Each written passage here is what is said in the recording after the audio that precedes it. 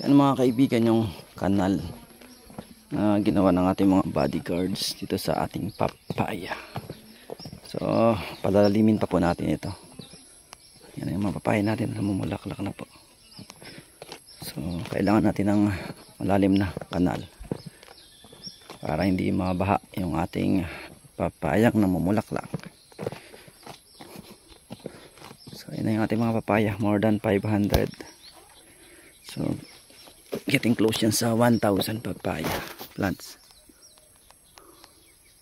Yung iba ay medyo maliit dahil pasunod yung ating gawa. So may unang first 300, followed by 200, tapos 200 na naman. So every month yung ating tanim para makatiyak tayo ng success. Sabay-sabay. So, tataas na po yung papaya natin. Mulaklak na yung iba, buo na rin yung mga bunga. Taas na. Tingnan tayo dito sa mga may mga bunga na buo.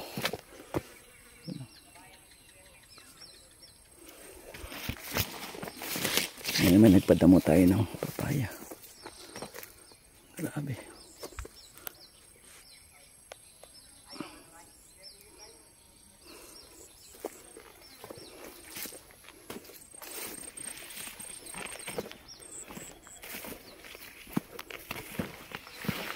Taas na yung papaya. Palampas na sa atin. Palampas na sa atin ang mga papaya.